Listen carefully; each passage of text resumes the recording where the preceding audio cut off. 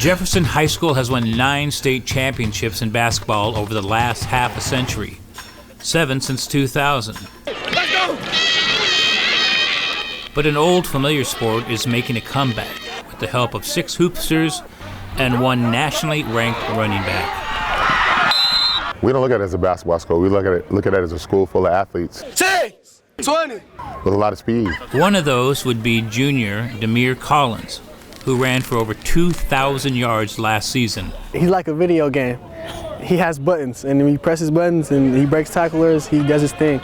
That guy is crazy, but 16, just turned 16. He's only 16. Yeah, he just got his license like last week.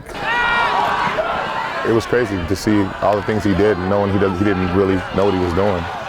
I mean, he just did it off natural ability, so our job was to teach him how to read blocks. Like a joystick, like, you know how you use a joystick to move me around and stuff? I'm really twitchy and shifty, you know. To me, he's just a beast. Like, I'm like, there's probably nothing you can say about him. He's just a beast. He can go and go and go. Sit, go. Don Johnson took over the Jefferson program this past fall, and with just 16 players, he quickly grew the team to one of the largest in the PIL. He says the talent is deep at Jeff. No, we have Trajan Williams, who has 4 Division I offers already, who's special.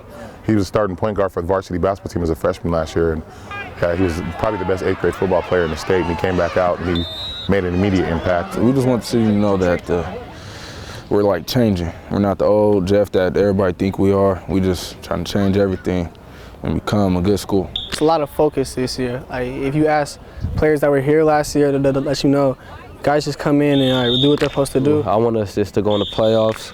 I want us to at least get to at least the 3rd, 2nd round. I want us to get ready for next year for real. And I believe whatever happens, we're setting up the standards for next year and becoming a traditional name for everybody to recognize.